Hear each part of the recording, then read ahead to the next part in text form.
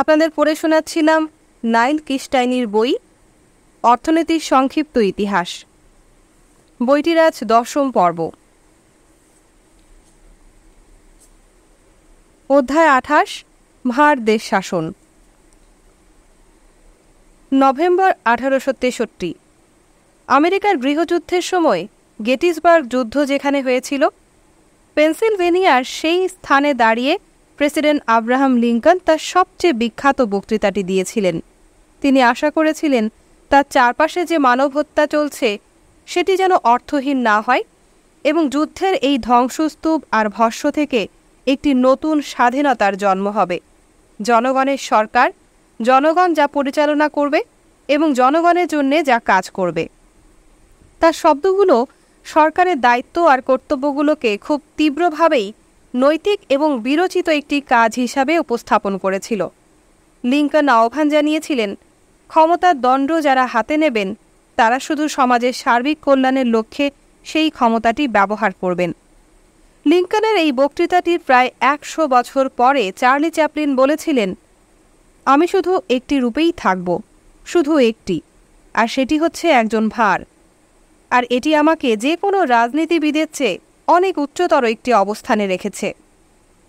আমেরিকার শাসকরা কি তাহলে মাত্র কয়েক প্রজন্মের ব্যবধানে বীর থেকে ভারে পরিণত হয়েছিল? হয়তো চ্যাপলিন সেই সময়ে শিকাগোর একজন মেয়রের কর্মকাণ্ডের কথা ভাবছিলেন, উইলিয়াম হেন বিগ বিল থমসন, যিনি 1920 আর 1930-এর দশকে শিকাগোর রাজনীতিটিকে হাস্যকর একটি বিষয়ে পরিণত করেছিলেন। অপরাধী চক্রগুলো তার নির্বাচনী প্রচারণায় আর্থিক সহায়তা দিয়েছিল, আর তার প্রশাসন একটার পর একটা দুর্নীতির দায়ে অভিযুক্ত হয়েছিল। আর সেদিক থেকে জনগণের দৃষ্টি অন্যদিকে ঘোরাতে বিগ বিল একবার দক্ষিণ সাগরে রূপকথায় বর্ণিত গাছে উঠতে পারে এমন এক ধরনের মাছের অনুসন্ধানে একটি ভুয়া অভিযানের আয়োজন করেছিলেন। আর এই অভিযানটি খবরের কাগজের প্রথম পাতায় তাকে নিয়মিত রাখার মাধ্যমে তার সত্যিকার উদ্দেশ্য পূরণে সফল করেছিল। বিগ বিলের মেয়াদ শেষ হবার কয়েক বছর পরে একজন কৃষকের ছেলে গরুর দুধ দুইয়ে বেতনের টাকা জোগাড় করে মিডল টেনেসি টিচার্স কলেজ থেকে পাশ করেছিলেন। আর অবশ্যই নোবেল পুরস্কার বিজয়ী কোনো অর্থনীতিবিদের জন্য এমন কোনো সূচনা কল্পনা করাও বেশ কষ্টসাধ্য। কিন্তু বহু বছর পর জেমস বিউকানান, যার জন্ম 1919 সালে এবং মৃত্যু 2013 সালে, তিনি ঠিক সেটাই হয়েছিলেন। তার ধারালো লেখনী তথাকথিত নৈতিক রাজনীতিবিদদের ইমেজ ছিন্ন বিচ্ছিন্ন করে দিয়েছিল। তিনি বিশ্বাস করতেন সমাজের কল্যাণে তারা কাজ করছেন। রাজনীতিবিদদের এমন দাবি যেমন বিগ বিল করেছিলেন, সেগুলো আসলে মুখের বড় বড় বুলি ছাড়া আর কিছুই নয়। সেই সময়ের অর্থনীতির জন্য এটি একটি বিশাল চ্যালেঞ্জ ছিল। দ্বিতীয় বিশ্বযুদ্ধের পর যখন বিউকানান শুরু করেছিলেন, তখন বেশিরভাগ অর্থনীতিবিদই কেইনসের ধারণাগুলোর দ্বারা প্রভাবিত হয়েছিলেন। যিনি যুক্তি দিয়েছিলেন অর্থনীতিতে দেশের সরকারের আরও বড় ভূমিকা রাখা প্রয়োজন, বিশেষ করে অর্থনীতি যেন মন্দায় প্রবেশ না করে সেটি ঠেকাতে সরকারের ব্যয় বাড়াতে হবে। অর্থনীতিবিদরা সরকারের আরও একটি ভূমিকা লক্ষ্য করেছিলেন, সেটি হচ্ছে ধনীদের ওপর কর আরোপ আর দরিদ্রদের আর্থিক সহায়তা, শিক্ষা ও স্বাস্থ্যসেবা সরবরাহ করার মাধ্যমে সম্পদের পুনর্বণ্টন করার দায়িত্ব। যুদ্ধের পর অর্থনীতিতে আরও বেশি পরিমাণে ব্যয় বাড়িয়ে আর আগের যে কোনো সময়ের চেয়ে আকারে অনেক বৃদ্ধি পাওয়ার মাধ্যমে বহু সরকার এই দায়িত্বগুলো পালন করতে শুরু করেছিল। আর সরকারগুলো এইসব নীতিমালা বাস্তবায়ন করার দক্ষতা রাখে কিনা সেই বিষয়ে অর্থনীতিবিদরা আসলেই কোনো প্রশ্ন করেননি। একবার যখন সঠিক নীতি নির্ধারণ করা হয়, তারা ধারণা করে নিয়েছিলেন সরকার সেটি বাস্তবায়ন করতে ইচ্ছুক এবং সক্ষম হবেন। তার তারুণ্যে বিউকানান বিশ্বাস করতেন রাষ্ট্রীয় ক্ষমতা সব কিছু সমাধান এবং সঠিক পথে পরিচালিত করতে পারে, এবং এমনকি সমাজতন্ত্র নিয়েও সেই সময় তিনি খানিকটা আগ্রহী হয়ে উঠেছিলেন। তার পরিবার ছিল দরিদ্র। তিনি বিদ্যুতের সুবিধাহীন প্রায় নিঃশেষ হয়ে যাওয়া একটি খামারে বড় হয়েছিলেন এবং 6 বছর বয়স থেকেই তাকে ট্রাক্টর চালাতে হয়েছিল।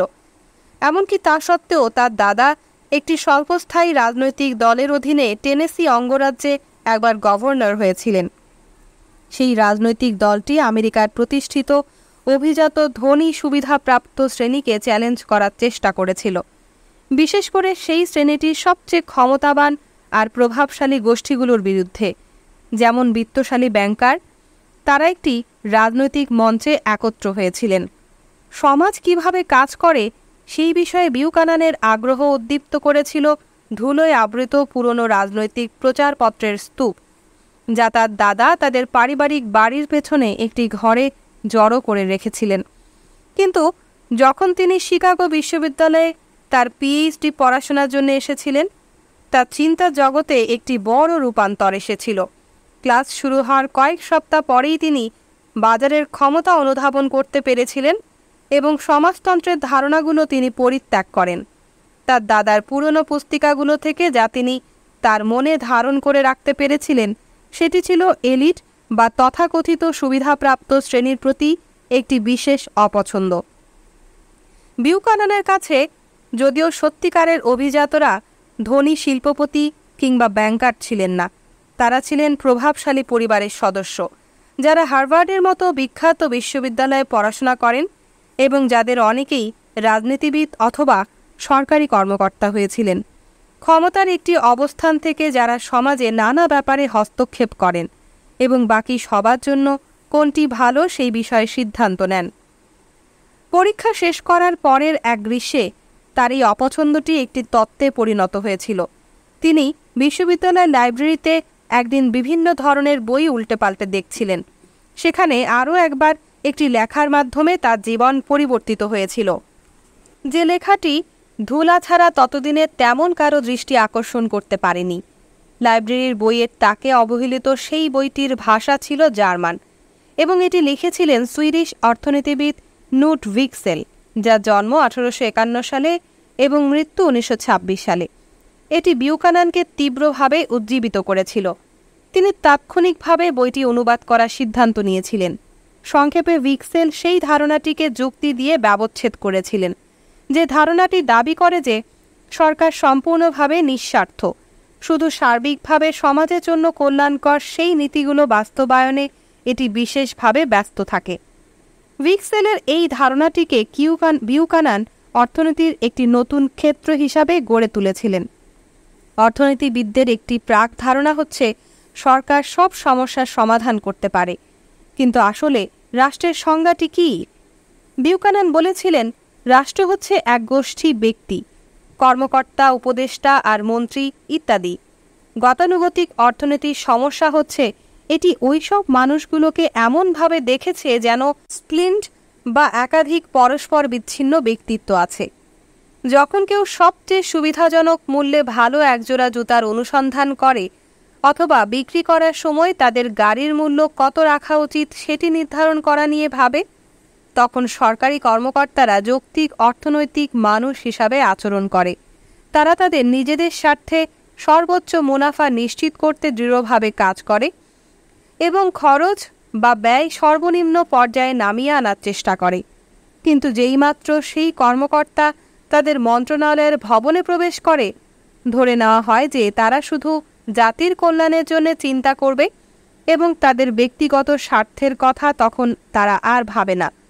তারা কোনো প্রশ্ন ছাড়াই সঠিক নীতিগুলো বাস্তবায়ন করবে।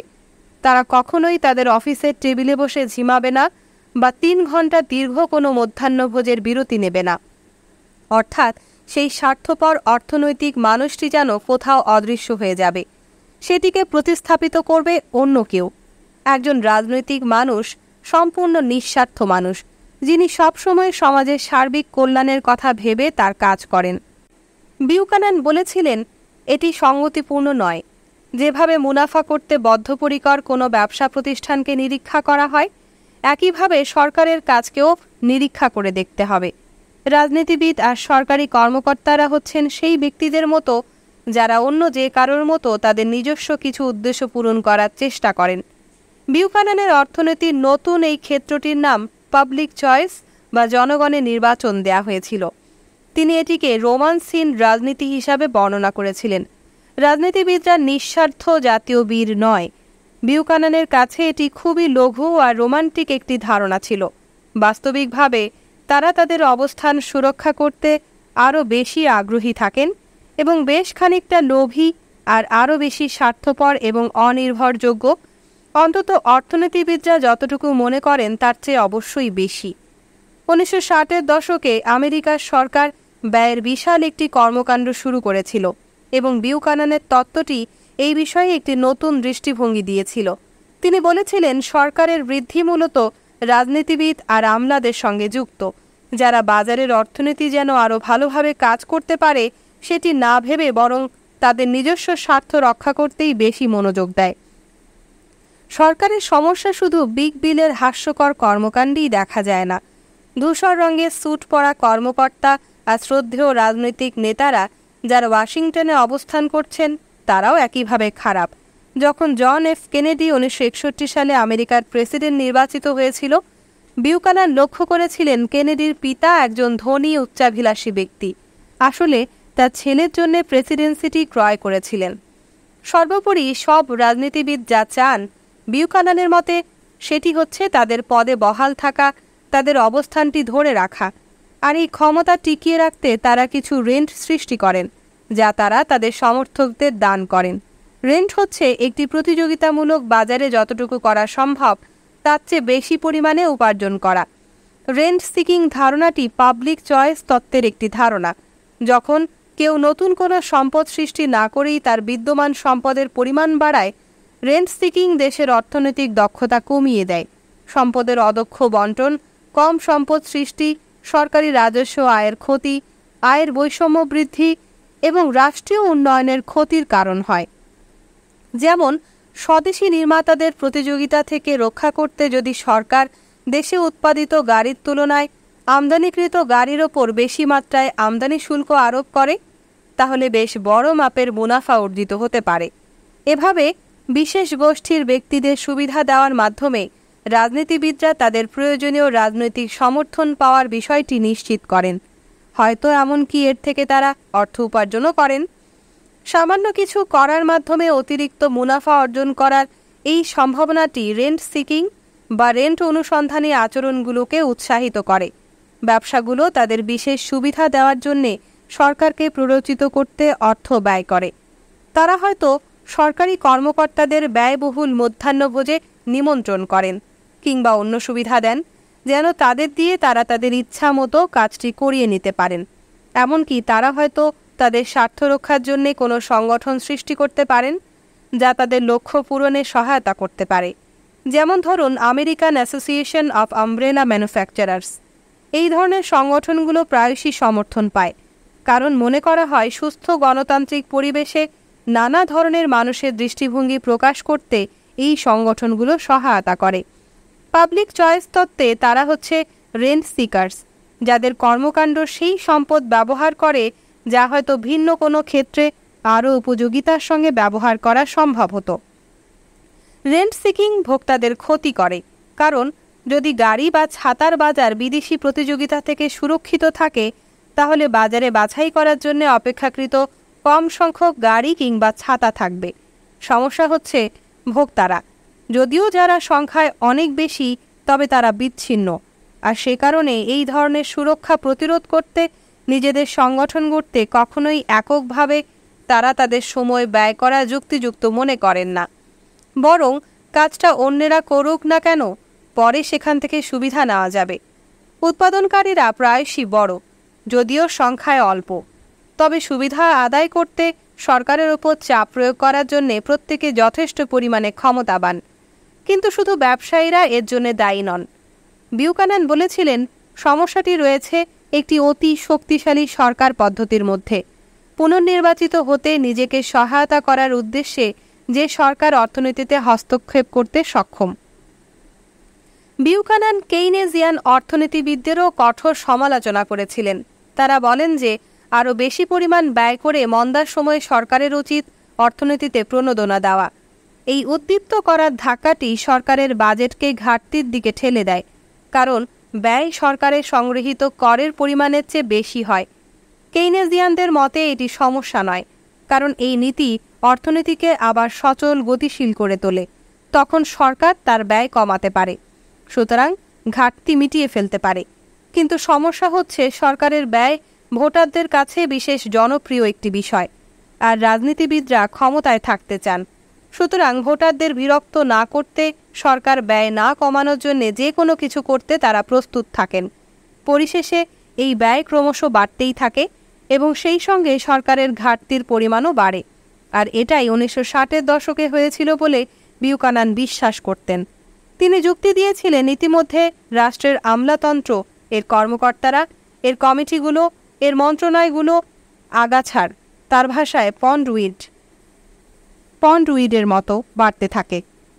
কর্মকর্তারা সর্বোচ্চ লাভের বিষয়টি নিশ্চিত করতে পারেন না যেভাবে ব্যবসা প্রতিষ্ঠানগুলো করতে পারে, কারণ তারা টাকার বিনিময়ে কোনো পণ্য বা সেবা বিক্রি করছেন না।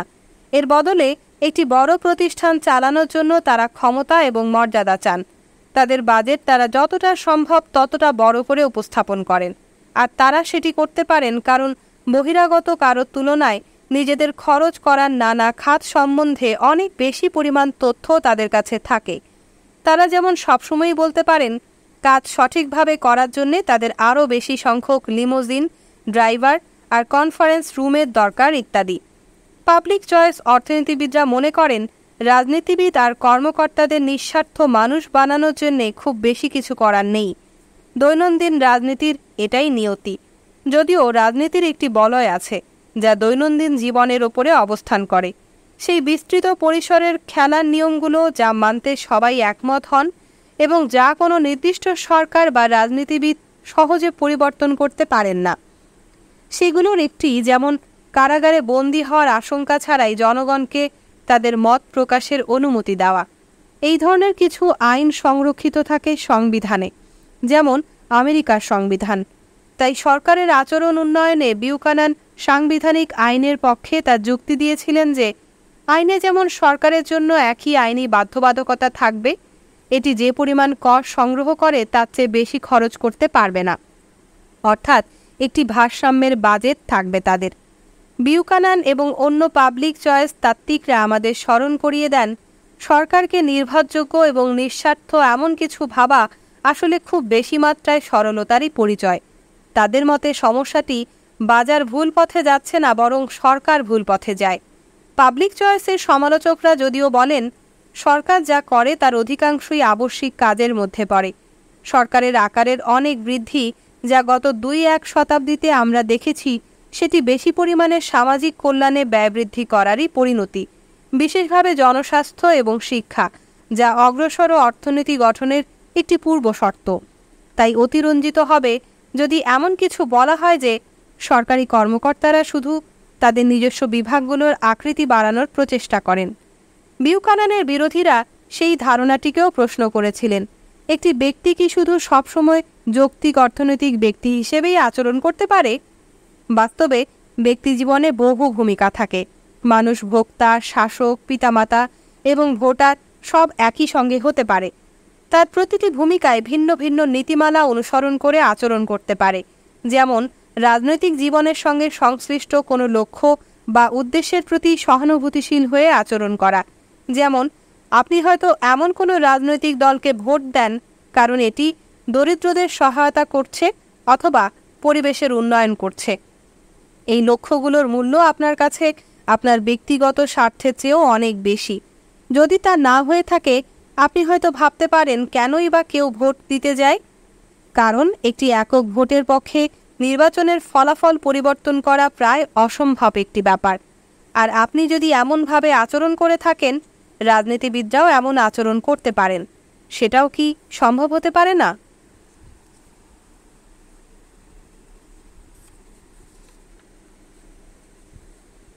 অধ্যায় 29, টাকার বিভ্রম। 1978-1979 শীতের সময় ব্রিটেন অস্বাভাবিক মাত্রায় পুরো তুষার আর বরফে আবৃত হয়েছিল। একই সঙ্গে শ্রমিকদের ব্যাপক ধর্মঘটের অভিজ্ঞতাও হয়েছিল। লিভারপুলে মৃতদের কবরস্থান থেকে ফিরিয়ে দেওয়া হয়েছিল যখন কবর খোদকরা ধর্মঘট করে তাদের হাতের কোদাল বেলচা ফেলে দিয়েছিল। অন্য জায়গাগুলোয় সুপারমার্কেটের তাক ছিল খালি, কারণ লরি ড্রাইভাররা গাড়ি চালাতে অস্বীকার করেছিলেন। খবরের কাগজের শিরোনামগুলো আসন্ন অর্থনৈতিক একটি ধস সম্বন্ধে সতর্ক করেছিল।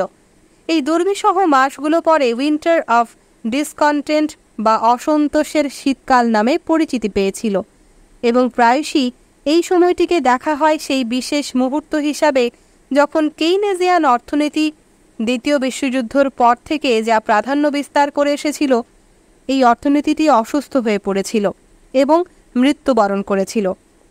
যদিও ব্রিটেন আর আমেরিকায় অর্থনৈতিক সমস্যাগুলো 1970-এর দশক শেষ হওয়ার বহুদিন আগে থেকেই দানা বাঁধতে শুরু করেছিল।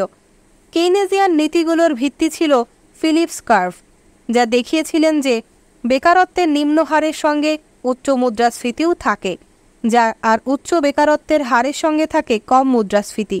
অর্থনীতিবিদরা ভেবেছিলেন ব্যয় বাড়ানোর মাধ্যমে সরকার অর্থনীতিকে উজ্জীবিত করতে পারে এবং বেকারত্বের হার কমাতে পারে, যে প্রক্রিয়ায় মুদ্রাস্ফীতির পরিমাণও খানিকটা বৃদ্ধি পেতে পারে।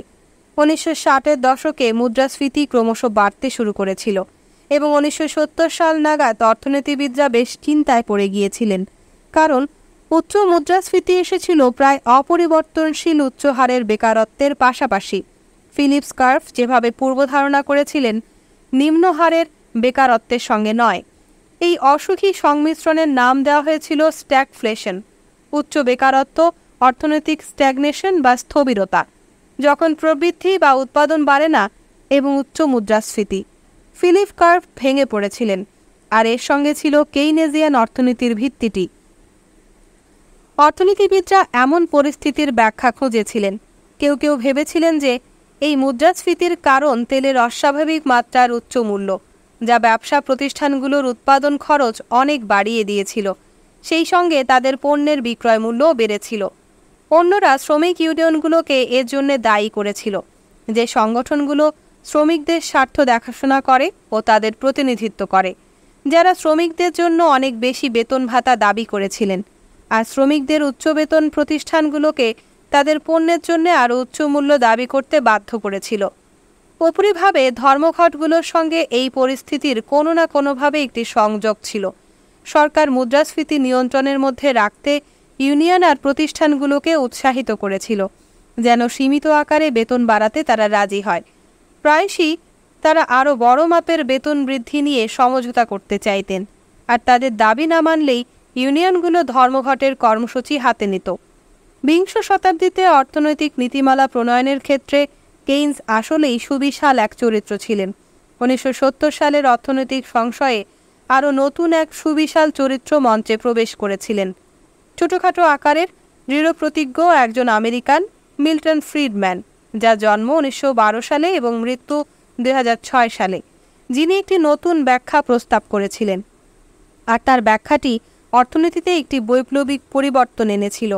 নিউ ইয়র্কের ব্রুকলিনে হাঙ্গেরি থেকে আসা দরিদ্র ইহুদি অভিবাসী একটি পরিবারে তিনি জন্মগ্রহণ করেছিলেন এবং তিনি প্রাপ্তবয়স্ক হয়ে উঠেছিলেন 1930-এর দশকে, সেই মহামন্দার সময়ে। কেইনসের মতো তার বহু ধারণাই ছিল সেই অর্থনৈতিক মহা বিপর্যয়ের প্রতি তার প্রদর্শিত প্রতিক্রিয়া। এই মন্দাই তাকে অর্থনীতিবিদ হতে অনুপ্রাণিত করেছিল। কিন্তু ফ্রিডম্যানের তত্ত্বগুলো কেইনসের ধারণাগুলোর বিপরীত ছিল এবং অর্থনীতিতে নতুন একটি যুদ্ধের দুই প্রতিপক্ষ শিবিরকে তারা দুজন সংজ্ঞায়িত করেছিলেন। ফ্রিডম্যান বিশ্বাস করতেন 1970 সালের সমস্যার কারণ ছিল বেশি কম নয়, বরং অর্থনীতিতে সরকারের বাড়াবাড়ি মাত্রায় হস্তক্ষেপ। কেইনসের মতো তিনিও শুধু তত্ত্বের খাতিরে কোনো অর্থনৈতিক তত্ত্ব সৃষ্টি করতে আগ্রহী ছিলেন না। তারা দুজনে আসলেই পৃথিবীকে বদলাতে চেয়েছিলেন। অবশেষে ফ্রিডম্যানের অর্থনীতি কেইনেজিয়ান চিন্তা করার পদ্ধতিটির বিরুদ্ধে জয়লাভ করেছিল।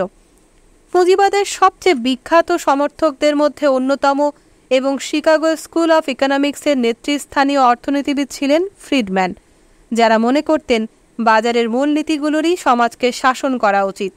তার ক্যাপিটালিজম অ্যান্ড ফ্রিডম বইটিতে তিনি অর্থনীতিতে সরকারের বহু ধরনের হস্তক্ষেপের সমালোচনা করেছিলেন, যেমন ভাড়ার ওপর নিয়ন্ত্রণ এবং সর্বনিম্ন মজুরি নির্দিষ্ট করার বিষয়টি অবশ্যই বাতিল করতে হবে। প্রথমে অর্থনীতিবিদরা তাকে ও তার সমর্থকদের ধারণাগুলো প্রত্যাখ্যান করেছিলেন, বরং তাদের কাছে ফ্রিডম্যান ও তার অনুসারীদের স্পষ্টতই খুব অদ্ভুত প্রকৃতির মনে হয়েছিল। যদিও ফ্রিডম্যান খুব চমৎকার একজন বিতার্কিক, উপস্থিত বুদ্ধিসম্পন্ন, ক্লান্তিহীন এবং তীক্ষ্ণ মেধার অধিকারী ছিলেন। তিনি যুক্তির যে কোনো ভ্রান্তি দেখলেই হামলে পড়তেন এবং তার প্রতিপক্ষের যুক্তি খণ্ডন করতেন। তিনি তর্ক আর বিতর্কের মাধ্যমেই আরও প্রভাবশালী হয়ে উঠেছিলেন। বিশেষ করে মুক্তবাজার অর্থনীতির প্রতি তার তীব্র সমর্থনের কারণে অনেকে তাকে ঘৃণা করতেন। আরও খারাপ যে বিষয়টি সেটি ছিল 1970-এর দশকে তার সহযোগীদের একটি দল নিয়ে তিনি চিলি সফর করেছিলেন। সেখানে তিনি প্রেসিডেন্ট আউগুস্তো পিনোশের সঙ্গে একটি সংক্ষিপ্ত সাক্ষাৎকার করেছিলেন। একনায়ক পিনোশে বহু সহস্র রাজনৈতিক প্রতিপক্ষকে নির্যাতন আর হত্যা করার কারণে কুখ্যাত ছিলেন। সেই মুহূর্তে তিনি দেশটিকে একটি মুক্তবাজার অর্থনীতি নীতিমালা অনুসরণ করার চেষ্টা করেছিলেন। এই সাক্ষাৎকারের কারণে বহু বছর ফ্রিডম্যান বিক্ষোভকারীদের এড়িয়ে চলতে বাধ্য হয়েছিলেন, যারা তাকে পিনোশের স্বৈরাচারী নিপীড়ক ক্ষমতার নেপথ্য মস্তিষ্ক হিসাবে অভিযুক্ত করেছিল। 1976 সালে যখন তাকে অর্থনীতিতে নোবেল পুরস্কার দেওয়া হয়েছিল, পুরস্কারের অনুষ্ঠানের সময় একজন বিক্ষোভকারী উঠে দাঁড়িয়ে চিৎকার করে প্রতিবাদ করেছিলেন, পুঁজিবাদ নিপাত যাক, চীনের জন্য স্বাধীনতা। সেই বিক্ষোভকারীকে দ্রুত হল থেকে বের করে দেওয়া হয়েছিল এবং সবাই দাঁড়িয়ে ফ্রিডম্যানকে সম্মান প্রদর্শন করেছিলেন। অর্থনীতিতে মুদ্রা বা টাকার প্রভাবগুলো কী, এর সঙ্গেই মূলত ফ্রিডম্যানের ধারণাগুলো যুক্ত। কেইনেজিয়ান অর্থনীতিবিদরা বলেছিলেন, টাকার সরবরাহের ক্ষেত্রে কোনো বৃদ্ধি অর্থনীতিকে উজ্জীবিত করতে পারে, কিন্তু প্রায়োগিক ক্ষেত্রে এটির গুরুত্বপূর্ণ একটি শক্তি হওয়ার সম্ভাবনা বেশ কম। আরও বেশি ক্ষমতা রাখে এমন শক্তি হচ্ছে ফসকাল বা সরকারি রাজস্ব সংক্রান্ত নীতিমালা, সরকারি ব্যয় এবং কর। ফ্রিডম্যান অর্থনীতির কেন্দ্রে আবার টাকাকে নিয়ে এসেছিলেন, আর তার এই চিন্তাধারাটি মনিটারিজম বা মুদ্রা নিয়ন্ত্রণবাদ বা মুদ্রা নিয়ন্ত্রণ নীতি নামে পরিচিতি পেয়েছিল। তিনি পুরনো একটি ধারণাকে পুনরুজ্জীবিত করেছিলেন, কোয়ান্টিটি থিওরি অফ মানি বা মুদ্রার পরিমাণ তত্ত্ব। আর এটি বুঝতে হলে আসুন, অর্থনীতিবিদরা প্রায়শই যা করে থাকেন আমরা সেটাই করি। যেভাবে হাস্যকরভাবে সরল কোনো অর্থনীতি কল্পনা করার মাধ্যমে একটি তত্ত্বকে তারা ব্যাখ্যা করার চেষ্টা করেন। একটি দ্বীপের কথা ভাবুন, যেখানে 10 জন আনারস বিক্রেতা আছেন, যারা প্রত্যেকে বছরে $1 বিনিময়ে একটি করে আনারস বিক্রি করেন। 10টি $1 মূল্যের বাণিজ্যিক কর্মকাণ্ডের সেই দ্বীপটির তাহলে জাতীয় আয় হচ্ছে $10। এখন ধরুন দ্বীপে 5টি $1 নোট আছে, তাহলে 10টি আর্থিক লেনদেন হওয়ার জন্যে প্রতিটি অর্থাৎ 5টি $1 নোট প্রতি বছর 2 বার করে হাত বদল হচ্ছে। তাহলে টাকার মজুদ বা স্টক অর্থাৎ $5 পরিমাণ গুণন প্রতিটি ডলার নোটের হাত বদল হওয়ার সংখ্যার 2 বার করে সমান হচ্ছে জাতীয় আয়। অর্থনীতিবিদরা যে হারে ডলার হাত বদল হয় তাকে বলেন ভেলোসিটি অফ সার্কুলেশন বা সঞ্চালন গতি। ধরুন যে সঞ্চালন গতিতে খুব একটা পরিবর্তন হয় না। যদি আনারস দ্বীপের কেন্দ্রীয় ব্যাংকটি আরও 5টি $1 নোট ছাপায়, ফলে মুদ্রার সরবরাহ দ্বিগুণ হয়ে $10 পৌঁছায়। সার্কুলেশনের গতি যখন 2, তখন 10টি $1 নোটের প্রতিটি 2 বার করে হাত বদল হচ্ছে। সেটি মোট $20 পরিমাণের লেনদেন সৃষ্টি করছে। জাতীয় আয় দ্বিগুণ হয়ে যায়। একটি স্থিতিশীল সঞ্চালন গতি ছাড়া মুদ্রা আর জাতীয় আয়ের মধ্যে সংযোগটি দুর্বল, আর সে কারণে কেইনস ভেবেছিলেন মুদ্রা বড় কোনো প্রভাব রাখবে না। কিন্তু কি হতে পারে যদি গতি কমে যায়? যেন কোনো বাড়তি অর্থ যা কেন্দ্রীয় ব্যাংক অর্থনীতিকে যুক্ত করে সেটি মানুষের মানিব্যাগে গিয়ে সঞ্চিত হয়। যদি গতিতে যথেষ্ট পরিমাণে পতন হয় আনারস দ্বীপে 2 থেকে 1-এ, তাহলে জাতীয় আয় আগের মতো একই থাকবে। 10টি $1 নোট প্রত্যেকটি হাত বদল হচ্ছে একবার, সব মিলিয়ে হচ্ছে সেই একই জাতীয় আয়ের সমান। সেই মূল অবস্থান যেখানে 5টি $1 নোট হাত বদল হয় 2 বার। তবে ফ্রিডম্যান বিশ্বাস করতেন যে মুদ্রার গতি যথেষ্ট পরিমাণেই স্থিতিশীল, আর সে কারণে মুদ্রা জাতীয় আয়কে প্রভাবিত করে। ফ্রিডম্যানের যুক্তিতে আরও বাড়তি একটি ধাপ আছে। আনারস দ্বীপের দ্বিগুণ জাতীয় আয় কি উৎপাদন বৃদ্ধির কারণে এসেছে, নাকি মূল্য বৃদ্ধি হবার কারণে ঘটেছে? উচ্চতর আয় আসতে পারে উৎপাদনের মাত্রা দ্বিগুণ হওয়ার মাধ্যমে। যেমন বিদ্যমান বাজার মূল্য আনারস প্রতি $1 মূল্যে 20টি আনারস উৎপাদন। অন্যদিকে আবার এটি সৃষ্টি হতে পারে যদি আনারসের মূল্য দ্বিগুণ হয় বা যদি আনারস প্রতি $2 মূল্য নির্ধারণ করা হয়, যখন কিনা উৎপাদন একই পরিমাণে থাকে। বিকল্পভাবে দ্বিগুণ জাতীয় আয় আসতে পারে উচ্চতর উৎপাদন আর উচ্চতর মূল্যের একটি মিশ্রণে। ফ্রিডম্যান বলেছিলেন, স্বল্পমেয়াদে মুদ্রার সরবরাহে কোনো বৃদ্ধি ব্যয় করার ক্ষেত্রে প্রণোদনা বাড়ায় এবং যা উৎপাদনও বৃদ্ধি করে। মুদ্রার বাস্তব বা সত্যিকারের প্রভাব আছে। আনারস বিক্রেতারা আরও বেশি মানুষকে নিয়োগ করতে পারবেন আনারস চাষে তাদের সহায়তা করতে। সুতরাং বেকারত্বের পরিমাণও কমবে। আর এভাবেই আসলে কেইনেজিয়ান ফিলিপস কার্ভের কাজ করার কথা। যখন সরকার অর্থনীতিকে উদ্দীপ্ত করবে, মুদ্রা সরবরাহ বাড়িয়ে, তখন অর্থনীতি আরও গতিশীল হয়ে ওঠার মাধ্যমে বেকারত্বের পরিমাণ কমতে শুরু করবে।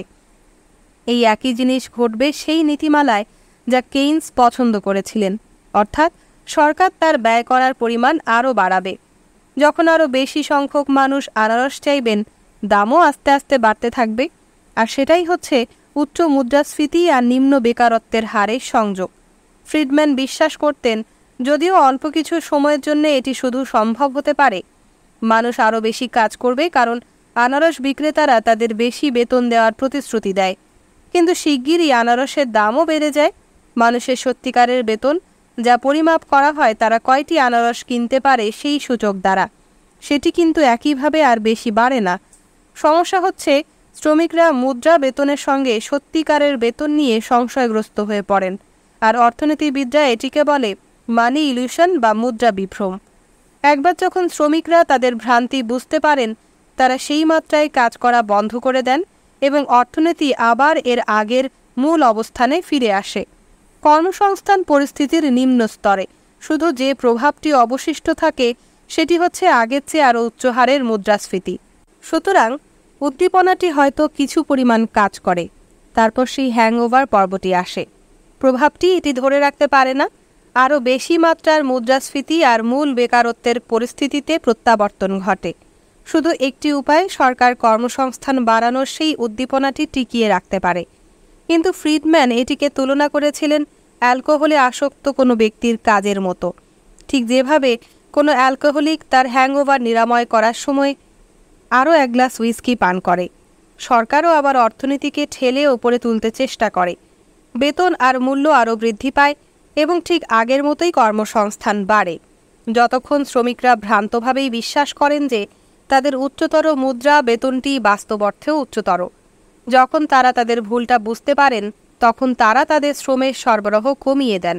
আবারও অর্থনীতি বেকারত্বের মূল অবস্থায় প্রত্যাবর্তন করে, এমনকি আরও বেশি মাত্রার মুদ্রাস্ফীতি নিয়ে।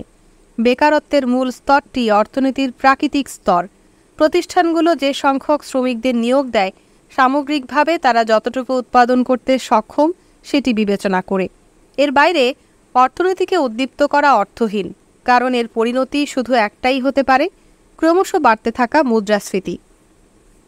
ফিলিপ কার্ভ ভেঙে পড়ার বিষয়টি ফ্রিডম্যানের কাছে আদৌ বিস্ময়কর ছিল না। তার দৃষ্টিভঙ্গিতে যুদ্ধের পর সরকারগুলো অর্থনীতিকে চাঙ্গা করার ব্যাপারে আসক্ত হয়ে উঠেছিল, যা মুদ্রাস্ফীতির ঊর্ধ্বগতির কারণ হয়েছিল। 1930-এর দশকে এই সমস্যাটি ছিল এর বিপরীত। আমেরিকার কেন্দ্রীয় ব্যাংক শতাব্দীর সবচেয়ে খারাপ মন্দাটি, দ্য গ্রেট ডিপ্রেশন, সৃষ্টি করেছিল অর্থনীতিতে অপর্যাপ্ত পরিমাণে টাকা সরবরাহ করে। অর্থ সরবরাহের পরিমাণ 1929 থেকে 1933 সালের মধ্যে 1/3 কমে গিয়েছিল। কেইনস যুক্তি দিয়েছিলেন যে এই মহামন্দার কারণ ছিল খুবই সামান্য পরিমাণে ব্যয়। ফ্রিডম্যান দাবি করেছিলেন ব্যয়ের সঙ্গে এর কোনো সম্পর্ক নেই, সমস্যাটি হচ্ছে খুব কম পরিমাণে টাকা। যদি টাকা স্বল্প মেয়াদে দীর্ঘমেয়াদীভাবে যদি নাও করে অর্থনীতিতে প্রভাব ফেলতে পারে, তাহলে অর্থনীতিকে নিয়ন্ত্রণ করার উদ্দেশ্যে সরকারের সেটি ব্যবহার করার জন্য কি কোনো সুযোগ আছে? সরকার হয়তো টাকা সরবরাহ বাড়াতে পারে যখন অর্থনীতির গতি কমে যায়, এবং সরবরাহ কমিয়ে দিতে পারে যদি অর্থনীতি খুব বেশি দ্রুত গতিতে অগ্রসর হতে থাকে। ফ্রিডম্যান বলেছিলেন, টাকার স্বল্পমেয়াদী প্রভাবটি তাৎক্ষণিকভাবে লক্ষ্য করা যায় না, আর যখন সেটি লক্ষ্য করা যায় ততক্ষণে অর্থনীতির দিক পরিবর্তন হয়ে যাওয়ার সম্ভাবনা খুব বেশি। কোনো সরকার বা কর্তৃপক্ষের পক্ষে আসলেই নির্ভুলভাবে এই ভবিষ্যৎ পূর্বধারণা করা সম্ভব নয়। সে কারণে বর্তমান কোনো নীতির সঙ্গে সেগুলোর একটি সঙ্গতিপূর্ণ পরিস্থিতি সৃষ্টি করা অসম্ভব একটি কাজ। এটি উপকারের চেয়ে পরিশেষে আরও বেশি অপকারই করে। সরকারের জন্য সবচেয়ে ভালো পদক্ষেপ হচ্ছে টাকা সরবরাহের ক্ষেত্রে একটি নির্দিষ্ট হারে বৃদ্ধির প্রতি প্রতিশ্রুতিবদ্ধ থাকা। ধরুন, বছর প্রতি 3% হারে, যা অর্থনীতির প্রবৃদ্ধির সঙ্গে সঙ্গতিপূর্ণ। যখন আনারস বিক্রেতারা নতুন গাছ বপন করেন, অর্থনীতি বাড়তে থাকে। টাকার সার্কুলেশন গতি অপরিবর্তনশীল থাকার কারণে মুদ্রার সরবরাহটিকে আনারস উৎপাদন বৃদ্ধির সঙ্গে সামঞ্জস্যতা রেখে সম্প্রসারিত হতে হবে, কিন্তু তার বেশি নয়। ফ্রিডম্যান এমনকি অর্থনীতিতে কী পরিমাণ মুদ্রা থাকবে সে ব্যাপারে সিদ্ধান্ত নেওয়া কেন্দ্রীয় ব্যাংক বিলুপ্ত করতে প্রস্তাব করেছিলেন তাদের রোবট দিয়ে প্রতিস্থাপিত করার মাধ্যমে, যা অর্থনীতিতে প্রয়োজনীয় স্থিতিশীল একটি হারে মুদ্রা সরবরাহ অব্যাহত রাখে। আর কী পরিমাণ আশা করা হচ্ছে? স্থিতিশীলভাবে বাড়তে থাকা একটি অর্থনীতি যেখানে মুদ্রাস্ফীতির পরিমাণ খুব কম। 1979 সালে ব্রিটেন মার্গারেট থ্যাচারকে এর নতুন প্রধানমন্ত্রী হিসাবে নির্বাচিত করেছিল। এর কিছুদিন পরেই রোনাল্ড রিগান যুক্তরাষ্ট্রের প্রেসিডেন্ট হয়েছিলেন। মুদ্রা সরবরাহকে খুব কঠোরভাবে নিয়ন্ত্রণ করে মুদ্রাস্ফীতির উচ্চ হারকে নিচে নামিয়ে আনতে থ্যাচার এবং রিগান ফ্রিম্যানের রেসিপি অনুসরণ করার চেষ্টা করেছিলেন। কিন্তু মুদ্রা সরবরাহ নিয়ন্ত্রণ করা খুব কঠিন একটি কাজ এবং ব্রিটেন ও আমেরিকার সরকার কাজটি দক্ষতার সঙ্গে করতে পারেনি। বহু অর্থনীতিবিদ 1980-র শুরুর দিকে মন্দা যতটা না খারাপ হওয়ার কথা দরকার ছিল, তার চেয়ে খারাপ হওয়ার কারণ হিসাবে এই নীতিমালাগুলোকে দায়ী করেছিলেন। এমনকি যদিও মুদ্রাস্ফীতির পরিমাণ একটি পর্যায়ে অবশেষে হ্রাস পেয়েছিল। 1981 সালে তাদের 364 জন দ্য টাইম পত্রিকায় ব্রিটিশ সরকারের অর্থনৈতিক নীতি নিন্দা করে একটি খোলা চিঠি লিখেছিলেন। তা সত্ত্বেও অর্থনীতিতে সরকারের হস্তক্ষেপ সমস্যা সৃষ্টি করে। ফ্রিডম্যানের এই সার্বিক দর্শনটি থ্যাচার আর রিগান এবং তাদের উত্তরসূরিদের সময় টিকে গিয়েছিল। কেইন্স বিশ্বাস করতেন অর্থনীতি হচ্ছে অস্থিতিশীল এবং খানিকটা সরকারি হস্তক্ষেপ এটিকে স্থিতিশীল রাখবে। তার পরামর্শ ছিল অর্থনীতিতে যেন যথেষ্ট পরিমাণ ব্যয় করা হয় এবং চাহিদার উপস্থিতি নিশ্চিত করা হয়। ফ্রিডম্যানের স্থির বিশ্বাস ছিল যে অর্থনীতি যখন কোনো হস্তক্ষেপ না করা হয় তখন বরং আরও স্থিতিশীল থাকে। অস্থিতিশীলতা, লাগাম ছাড়া মুদ্রাস্ফীতি, যা 1970-এর দশকে এবং 1930-এর মন্দার সময় দেখা গিয়েছিল, সেটি সরকারি হস্তক্ষেপের পরিণতি ছিল। বাজারকে মুক্তভাবে শ্বাস নিতে দেওয়া হোক এবং এর পরিণতিতে একটি স্থিতিশীল অর্থনীতি গড়ে উঠবে। আর সেটি অর্জন করার পথ হচ্ছে চাহিদা নয়, বরং অর্থনীতিতে সরবরাহের পরিমাণ বৃদ্ধি করা, যা এর ব্যবসাগুলো উৎপাদন করতে সক্ষম। অর্থনীতিবিদরা ভেবেছিলেন যদি সরকার কোম্পানিগুলোর উপর থেকে কর সরিয়ে নেয় এবং বাজারের ওপর এর নিয়ন্ত্রণ শিথিল করে, আরও উৎপাদন বাড়াতে এবং আরও বেশি সংখ্যক শ্রমিকের কর্মসংস্থানের ব্যবস্থা করতে ব্যবসাগুলো উৎসাহিত হবে। এই ধারণাগুলো পরে সাপ্লাই সাইড ইকোনমিক্স হিসাবে পরিচিতি পেয়েছিল। সেই অসন্তোষের শীতকালের পরবর্তী কয়েক দশকে সরকারগুলো এই ধরনের পদক্ষেপগুলো নেওয়ার চেষ্টা করেছিল।